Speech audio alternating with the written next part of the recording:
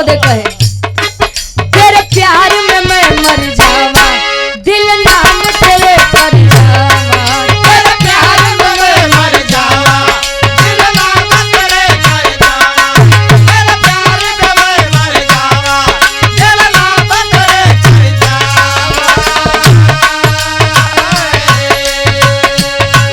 तेरे प्यार में मैं मर जावा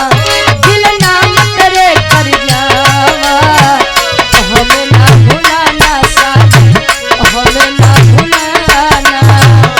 हमें ना भुलाना साथी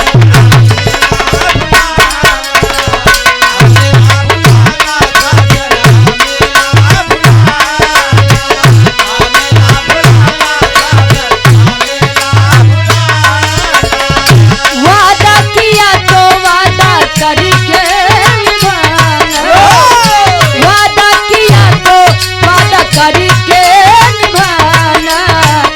हमें ना भुलाना साथ हमें ना भुलाना दूर लग जाना हमसे दूर लग जाना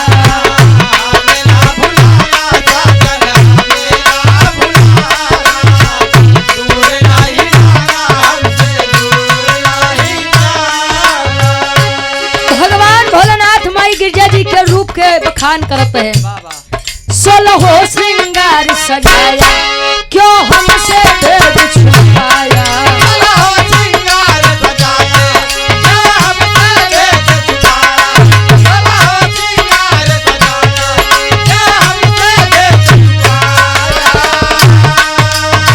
और हमारे गार्जियन जी शिवाकांत पासी जी चक झोसी से भैया हमारे 100 रुपया बहुत बहुत धन्यवाद आशीर्वाद के चारे कि हम बच्चे अपनी कला में कामयाब रहे आजा भैया ले लो फोटोया 16 श्रृंगार सजाया क्यों हमसे भेद छुपाया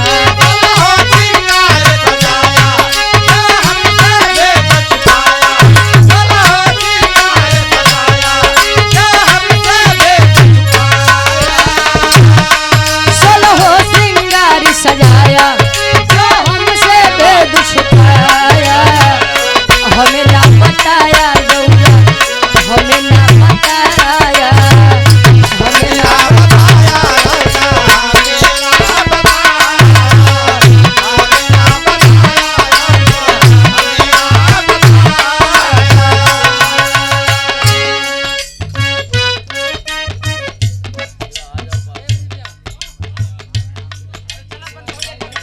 बहुत बहुत धन्यवाद भैया हाँ हाँ वाह लेकिन एक बात बा भैया बहु गजब डांस करते हैं क्या बात है हाँ हम कब बस तो कर देखते बहुत सुंदर क्या बात है माथे की बिंदिया उड़ जाए निदिया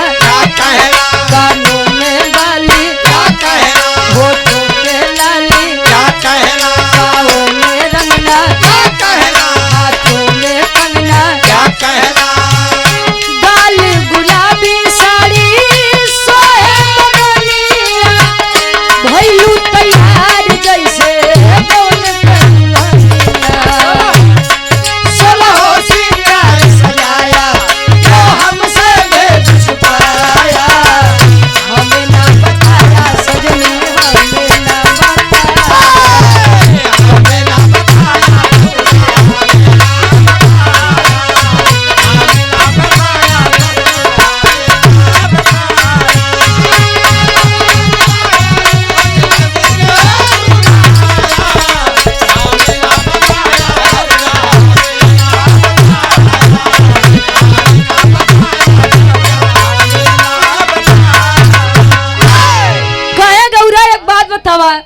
इतना 16 श्रृंगार करके कहाँ जाती है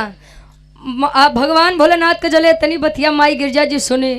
कहीं स्वामी ये हमार नाथ कहीं सब बाद में पहले बताओ तू कहाँ जाती है कहीं बस कतो नहीं खाली कैलाश पर्वत भर घूमे जाते है कहे तना सज संवर के तू कैलाश पर्वत घूमे जाती है हमसे झूठ बोलबू इतना तैयार तू तब होई के ना आऊ जब अपने बाबू के घरे से पहली बार हारी आऊ अच्छा जब इतनी बतिया भगवान भोलेनाथ जिद करे लगे माई गिरजा जी कहीं बौरा हो अब मनी है नाही अब इनका बताओ के पड़ी कहन के अच्छा महाराज बताओ तो यही लेकिन पहले वचन दा कि हमरे साथे चले बदे जिद न करबा कहन चलब कि न चलब वो बात के बाद बा लेकिन अबे बताओ तू कहाँ जाती है माई गिरजा जी बताओ एक लाइन गीत लगा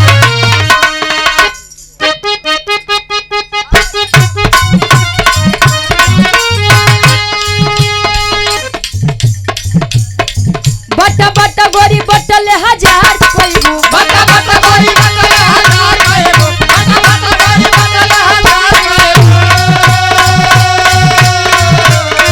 बटा बटा गोरी बटल हजार कोइबू नाही बटा बटा नाही बटा बटा नाही बटा बटा तू अच्छा नाही बटा बटा नाही बटा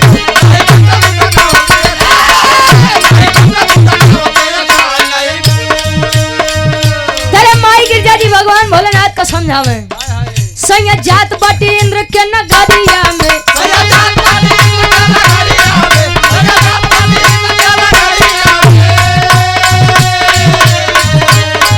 सैया जात बाटी इंद्र के नगरिया में सैया जात बाटी इंद्र के नगरिया में आज सभा लगी बीच बकरिया में आज सभा लगी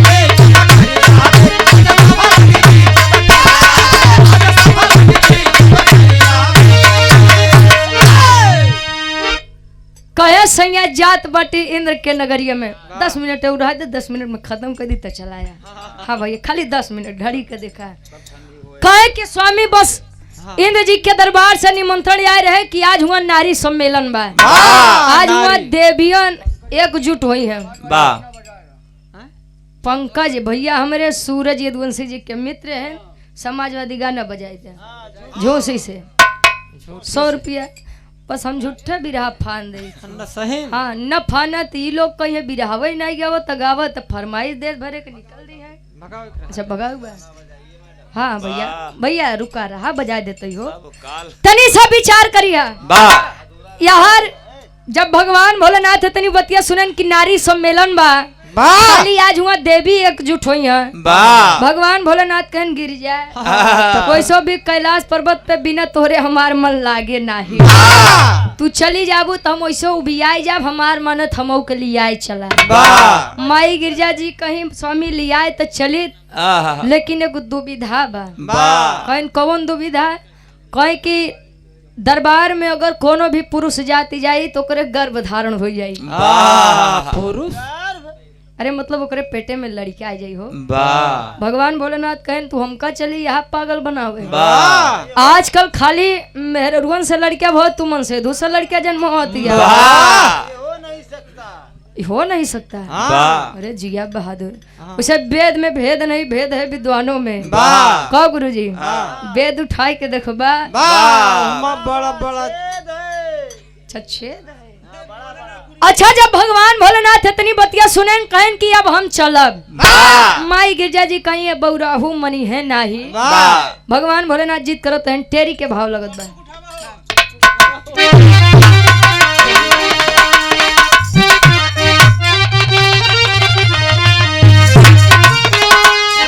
अरे सती से दानी बतिया कहे अरे सती से दानी बतिया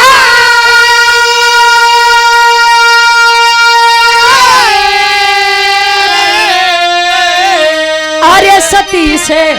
दानी बतिया कहे अरे चल भाई सभा मझारी जागल की समझिया कहे चल भाई सभा मझारी जागल की समतिया सती से दानी बतिया और ये सम्मानित गार्जियन जी जो कि परिचय के मोहताज नहीं है बिरहा जगत के बड़े अच्छे कलाकार आप सुनील चौरसिया जी ये गार्जियन जी के द्वारा पुनः 51 रुपया बहुत बहुत धन्यवाद आशीर्वाद के सारे के हम बच्चे अपनी कला में कामयाब रहे कहे कि सती अब हम चलब अच्छा यार तनी थोड़ी देर माई गिरजा जी भगवान भोलेनाथ के बहस छिड़ी कहे अगर हम न जा तो तू न जाबू पहले बात तो इंद्र तो गलत की हन बतावा देवो के देव महादेव हम निमंत्रण हमका नहीं भेजे तब तू कैसे चली जाबू बिना पति के कहन के स्वामी एक काम करा आहा हुआ शराब खाली मर्दन के बा वाह भंवरा के रूप बनाए लावा हमरे गजरा में बैठ जा हम लियाए चलत ही वाह तू आनंद ले लिहा साथे साथे शराब से बचा रहबा वाह भगवान भोलेनाथ खुशी के मारे डबलू गुरुजी वाह वो अपन विशाल काय रूप छोड़ सकई के आहा मतलब विशाल का रूप छोड़ के हाँ? विशाल के रूप नहीं विशाल काया रूप अच्छा मतलब बड़ा है अच्छा छोट सा रूप भौरक के बनाए माई गिरजा जी वाह गजरा में बैठाई के चल देते हैं ना जब तनी के आगे बढ़े आहा भगवान भोलेनाथ कहें सती आहा अब हमार फटी कहन हमका पता होत कि तू इतना कस के गजरा बंधबू तो हमें में यौबे नहीं करी वाह जितना जल्दी हो सके हमके निकाल दे नहीं जान लो बड़ी दिक्कत हो जाई वाह अच्छा जब इतनी बतिया माई गिरजा जी कहीं कहीं शांति से बैठा रहा है आहा बस तनी के देर बाद हम लोग पहुंचते हैं वाह जब इंद्र जी के दरबार में पहुंचते हैं भगवान भोलेनाथ कहें सती नाही मनी है अब हम इनका कुछ जुगाड़ देखे के पड़ी वाह कवि जी लिखते हैं कैसे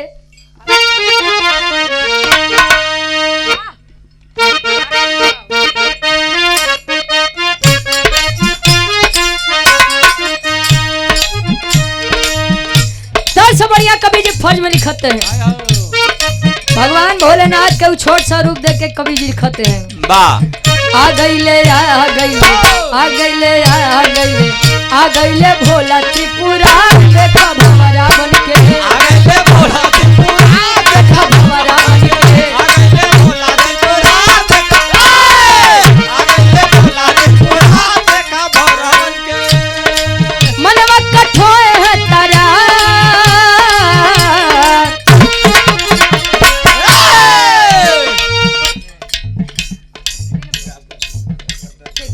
बिने भैया हमरे 51 रुपया गार्जियन जी घर मलिकार साहब देश भक्त की कोनो भी राजनीतिक गाना ना होखे मनवा कठोए है तरार देखा भंवरा बनके मनवा कठोए है तरार देखा भंवरा बनके आ गईले भोला त्रिपुरार देखा भंवरा बनके आगे से बोला त्रिपुरा देखा भगवान के आगे से बोला त्रिपुरा आगे से बोला त्रिपुरा देखा भगवान के कहे मनवा कठोए है तरार देखा भंवरा बनके और धीरे धीरे लागे जब जुड़ा से जगह बनावे आहा माई गिरजा जी लगे डेराए बेचारा वाह कहीं स्वामी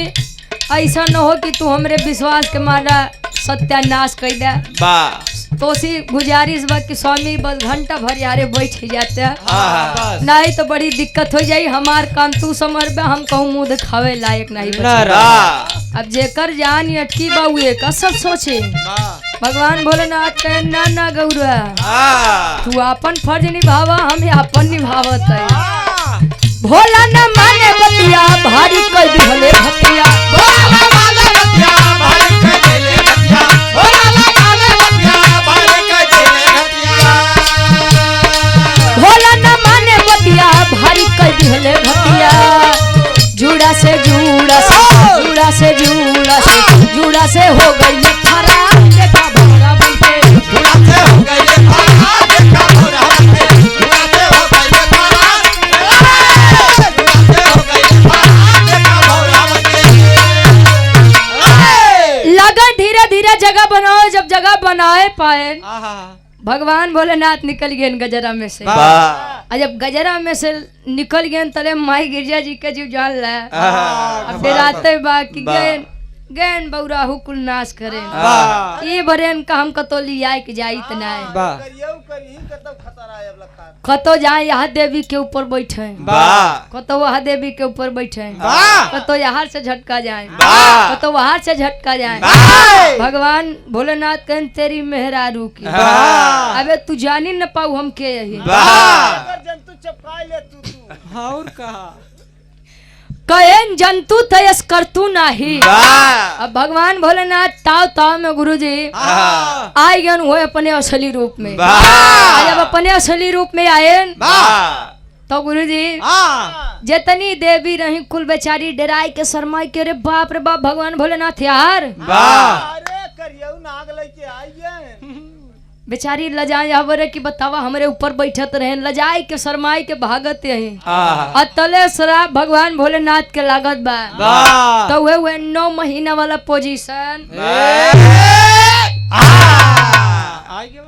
अरे पेटे में लड़के आ गया तले भगवान भोलेनाथ के माई गिरजा जी कहीं हो ही गया वाह एक था दिखाई ली है हाँ बड़का मन से धू बनत रहा वाह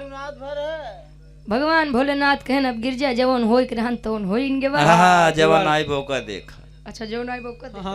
कहीं नहीं आवा चला कैलाश पर्वत पे तनी मसाला उसाला पीसा है लड़के एकदम तंदुरुस्त पैदा होई के चाहिए वाह 8-9 किलो के वाह इतना कमजोर दोनों जने पागल भगवान भोलेनाथ माई गिरिजा जी के समझाओ तन पापट के भाव लगत बा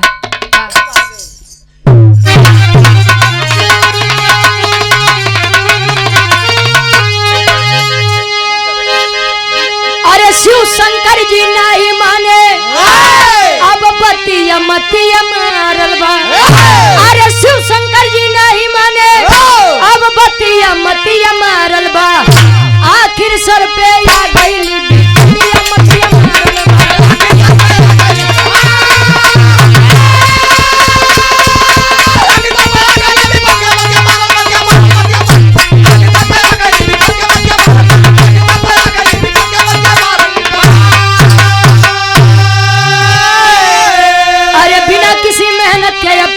पिसा गईले सोठ मसाला हो बाढ़े लागल पेटवा सूखे साथे बड़ा कसाला हो अरे चिंता में सु काटे दिन रतिया मतिया मारल बा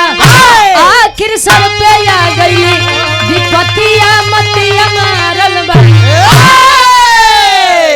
कहे नहीं आवा चला गिरजा कैलाश पर्वत पे अच्छा धीरे धीरे अब समय बीतत बा कैलाश पर्वत पे आई कहीं बतावा हम के का मुंह दिखाऊ जे देखे ये कहे माई तोहार वाला कमो त बाऊ संहारत है अच्छा धीरे धीरे समय बीता गुरुजी 6 महीना 7 महीना 8 महीना 9 महीना 10 महीना 11 महीना 12 महीना 14-15 महीना कितना महीना बीतौ बा धीरे धीरे जब एकदम समय बीतत बा कहे गिरिजा इन्नी करे उकरे न का कहे न हमका का पता कि कल नहीं करी एक तो दुनिया के पहला मन से धु है तू जे गर्भवती गर्भवती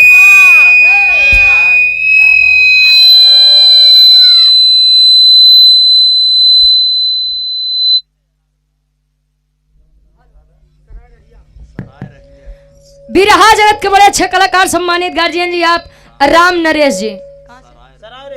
सराय रहिया की धरती से आदरणीय गुरु जी के द्वारा 51 रुपया बहुत बहुत धन्यवाद आशीर्वाद के चारे कि बच्चे अपनी कला में कामयाब रहे कब हमका का पता कि तोरे ई लइका कले निकली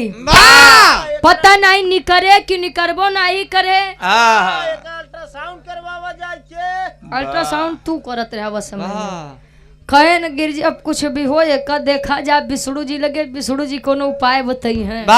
जब विष्णु जी लगे माई गिरजा जी यहाँ सारी बात बताई तब भगवान विष्णु जी उपाय बताओ तहन हारन कम कर भैया ए ऑपरेटर साहेब अब उनकी देश दुनिया से कोनो मतलब नहीं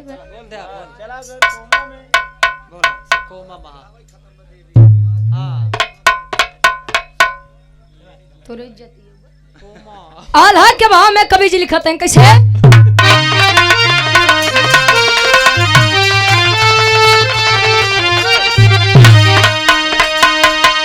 जवन हइयो बाऊ को घार घार दिखावत है तू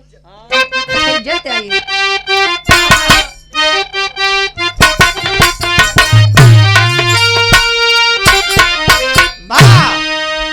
और ये ढोलक के बड़े ही अच्छे वादक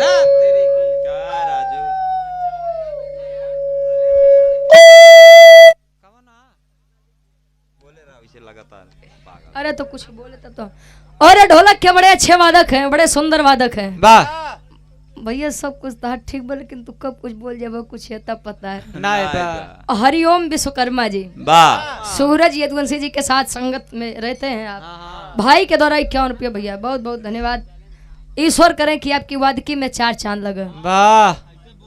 विष्णु जी जब पहुंचते हैं तब विष्णु जी उपाय समझाते हैं माई गिरजा जी के आल्हा के भाव में कवि जी प्रमाण देते हैं कैसे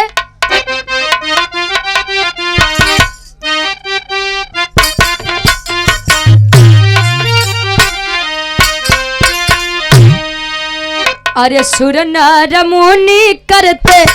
जे कर भजनिया बाबू, संकट में फंसे दुनिया के पालनहार, अखिया घुसूरी गईली माथे के लीलरवा पंचो, खड़ा होके भोला पूछ सती से ऊपर, सती जी पहुँचली जाके विष्णु के समनवा भैया, विष्णु दिए हैं तब उपाय समझा। माई गिरजा जी के विष्णु जी समझाओ तन की गिरजा जी ऐसन तई लड़कियां निकली नहीं, एक काम करा, एक जंगल में एकांत जंगल में लिया के जा, भगवान भोलेनाथ के पेट चीर के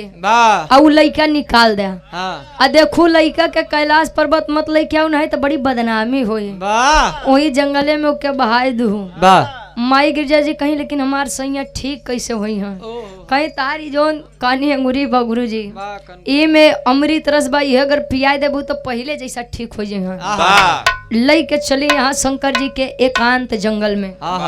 जब जंगल में पहुंचत नहीं कहीं भगवान भोलेनाथ, अब चला स्वामी अब चलो तू लेटा, लेट जाए से लंबा लंबा। हाँ तू लेटा अब हम चीरब।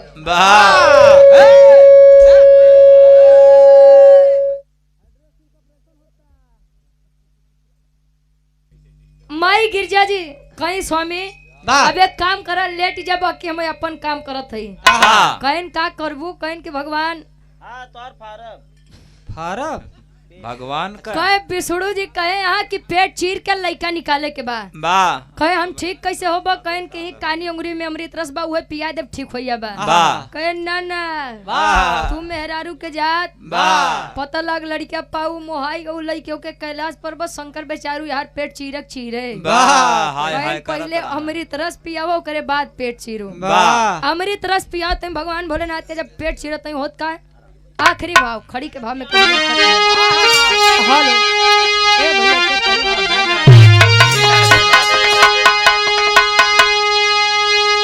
अरे पेटवा चीर दिहली, अरे पेटवा चीर दिहली सती जी कानन के भीतरी, रखली छुपा के ललना भेद न जाने सब।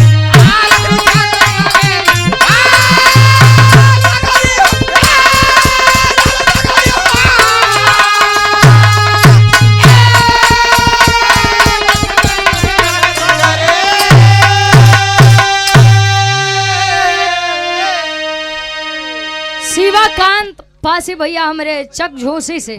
51 रुपया कर फरमाइश बा, सड़िया करिए के लाई जब भैया हो जात बजा। हाँ ए भैया जल लइका जन्म लिहस जरा विचार करिए, माई गिरजा जी मोहाई गए लइका के ऊपर,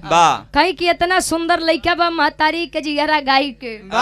भूतवा के जिगरा कसाई के, बाबू के जिगरा साढ़े के। आज ही बोल दिए भाई, जरा विचार करिए उ लइका के नाम का रहे, और आज उ लइका संसार में पूजा जात बा कैसे।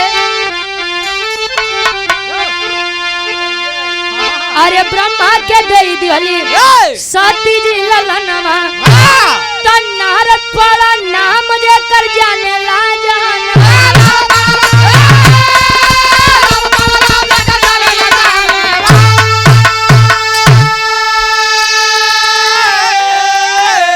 अरे नारायण के भक्तों में अब झंडा फहरी, रखली छुपा के ललना भेद न जाने सब। धीरे धीरे समय बीतत बा, ब्रह्मा जी आए कहे माई सती जी लइका तोहरे लगे रहा उचित नहीं बा। वो लइका ब्रह्मा जी के थमावत है, ब्रह्मा जी के मानस पुत्र कहे जाते हैं नारद जी। अब बाकी नारद जी के जन्म भगवान भोलेनाथ के गर्भ से भरान है। बाकी भैया भेद में अभेद में भेद नहीं, भेद है विद्वानों में, जे जहाँ से पावत बा ते तहाँ से लहावत बा, टेरी दे देता है। आखिरी भाव खानदान के परिचय बा। गुरुखारी गुरु गणेश गुरु रामलाल गुरुखारी स्वर्ग बसे चंद्रिका कवि भारत जी बने पुजारी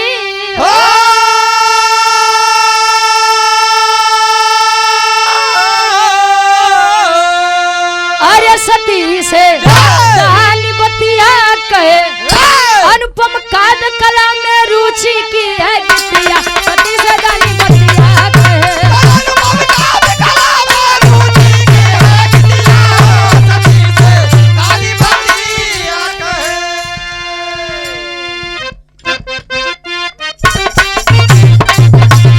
ये सुनना हई सेंट गम कहुआ हमारे खातिर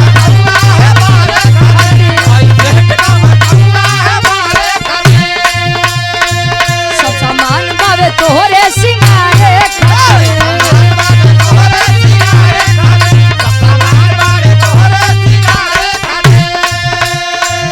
हई सेंट गम कहुआ हमारे खातिर सब सामान बावे तोहरे सिंगारे खातिर टिकुली लैला झुमका लैला कजरा हाई फाई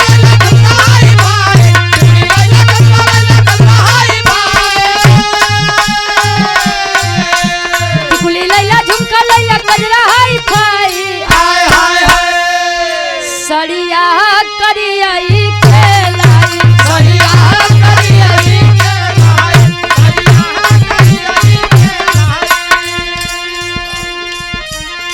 हाँ लगी रे भैया उनके नचाई दगवार टिकुली लैला झुमका लैला कजरा हाई फाई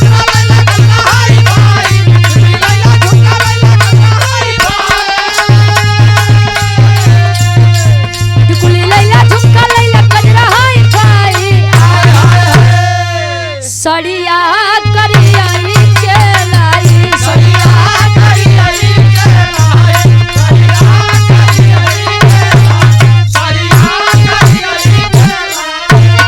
बहुत बहुत धन्यवाद। गाँव बजाओ का सुनो में कोनो भी गलती कसूर बा आप लोग अपन लड़के बच्चे समझ के माफ किया बुहार से ए भैया तोहार वाली या से न होई काहे कि आयोजक के आदेश बा कोनो राजनीतिक गाना न होई। बहुत बहुत धन्यवाद।